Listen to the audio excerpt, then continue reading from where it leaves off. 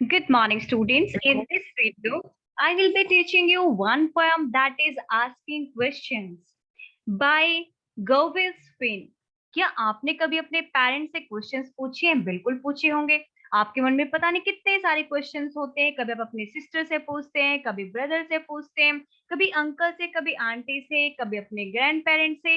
आपके पास बहुत सारे क्वेश्चंस होते होंगे और उन क्वेश्चंस के जब आपको सेटिस्फैक्टरी आंसर नहीं मिलते तो आप कैसा बिहेव करते होंगे? Let's begin the poem asking question. इस वीडियो में मैं आपको न केवल इसका वर्ड टू वर्ड एक्सप्लेनेशन करवाऊंगी, इवन आपको क्वेश्चन आंसर्स भी इसी वीडियो में मिल जाएंगे। So let's begin now asking questions. It is the content part of your book and this one is given summary. पहले हम थोड़ा सा ब्रीफ बता देते हैं कि इसमें है क्या। This poem is written by Gervais Finn. Asking questions आपकी पोएम है जो कि Gervais Finn ने लिखी है और इसमें जो पोइट है एक बच्चे के बारे में बताते हैं कि वो कैसे क्वेश्चंस जो है अपने फादर मदर ग्रैंडफादर से ग्रैंडमदर से क्वेश्चंस पूछते हैं बट उसको कोई सेटिस्फैक्टरी आंसर नहीं मिलता है। उसको आंसर मिलता है तो क्या, wait and see, in a minute son, I will think about it, now you are asking। so इस तरह के आंसर उसको अपने फैमिली मेंबर से मिलते हैं और वो सोचता है कि अगर ऐसे ही आंसर मैं अपनी टीचर को दूंगा तो मेरी टीचर तो मुझे पनिशमेंट भी देगी और डांट भी देगी। So let's begin now word to word explanation of your poem. When I ask my mum, mum means here mother या फिर मम्मी।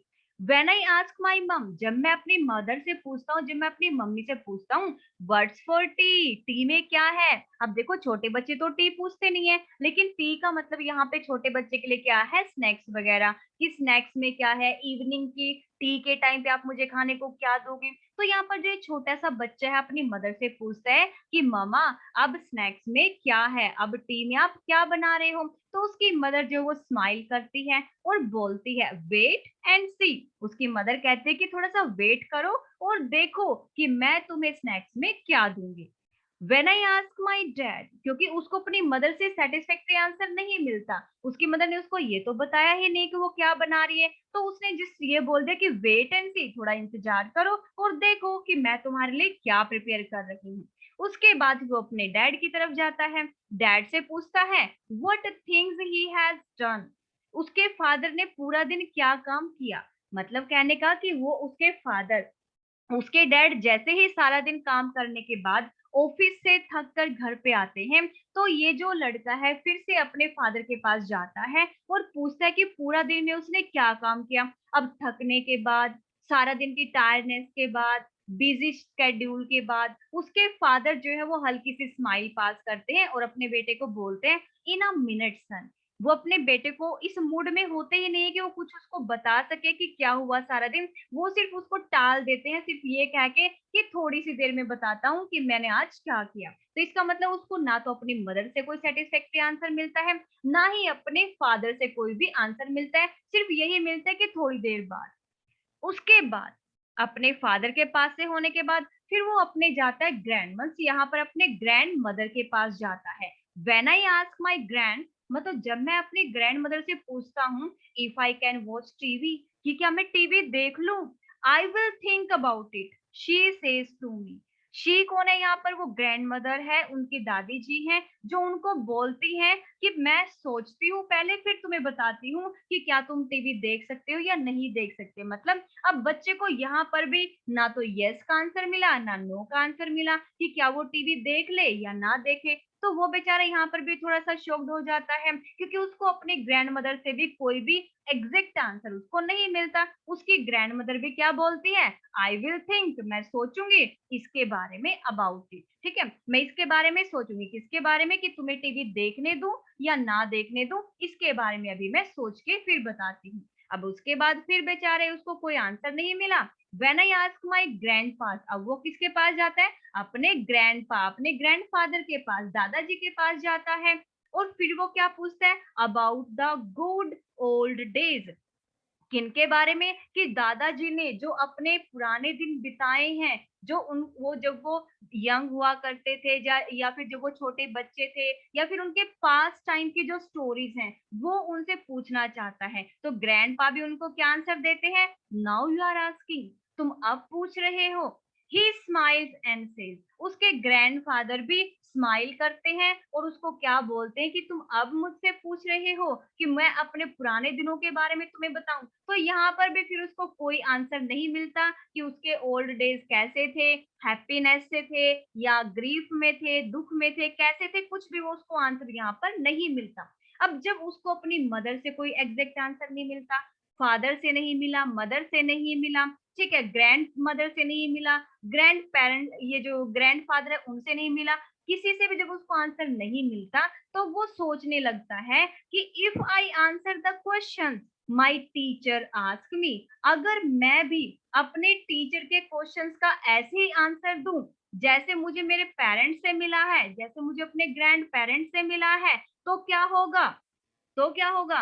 तो मेरे साथ तो बहुत बुरा हो जाएगा, मेरा टीचर तो मुझे पनिशमेंट देगा, उसका तो रिजल्ट ही ना जाने क्या निकलेगा। तो कहते हैं इफ आई आंसर, अगर मैं आंसर दूं the questions my teacher ask me, जो क्वेश्चंस मेरे टीचर मेरे से पूछते हैं, अगर मैं भी उनका आंसर ऐसे ही दूं, कैसे दूं?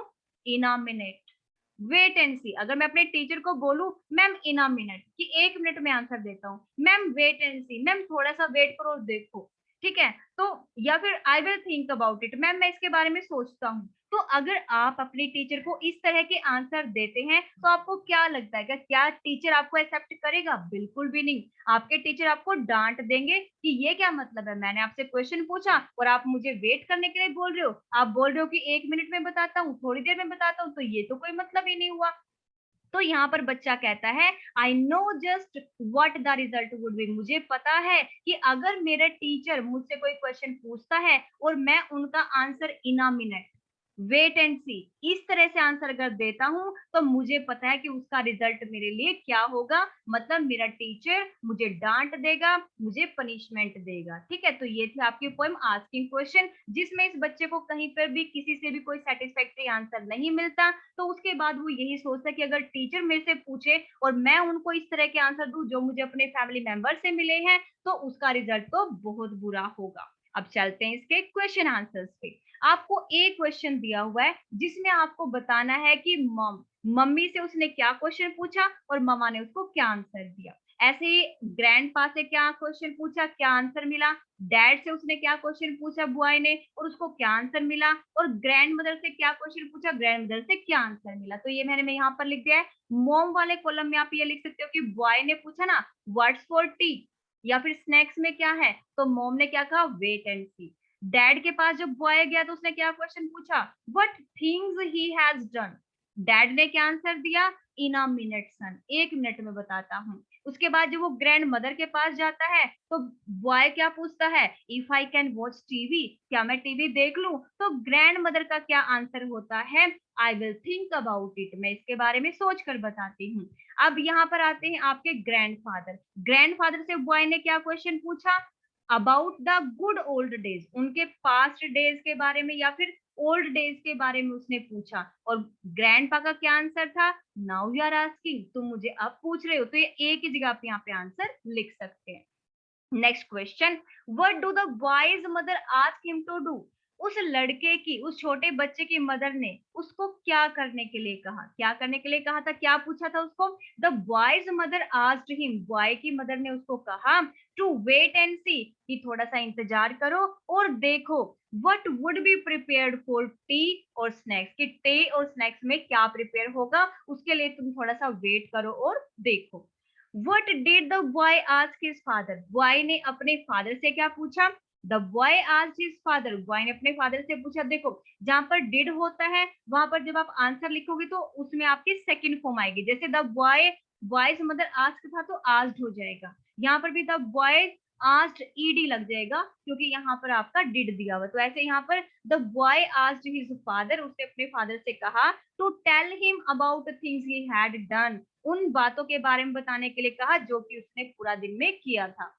Next question third, in a minute son, 1 minute में बेटा, what did dad mean by this, dad के कहने का क्या मतलब था, ये बात कहने का क्या मतलब था कि 1 मिनट में बेटा। फादर सेड दिस, फादर ने ऐसा इसलिए कहा बिकॉज ही वॉज टायर्ड, बेचारे थके हुए थे, बिजी थे, डिस्ट्रैक्टेड थे, मतलब बहुत ज्यादा परेशान थे पूरा दिन का काम करके। He didn't want to answer, वो आंसर नहीं देना चाहते थे अपने बेटे के पूछे हुए क्वेश्चंस का। ठीक है, नेक्स्ट आपका आता है fourth question, I will think about it, मैं इसके बारे में सोचती हूँ, सोचकर बताती हूँ। हु सेड दिस, ये किसने कहा था? ग्रैंड मदर ने कहा था। किसको कहा था?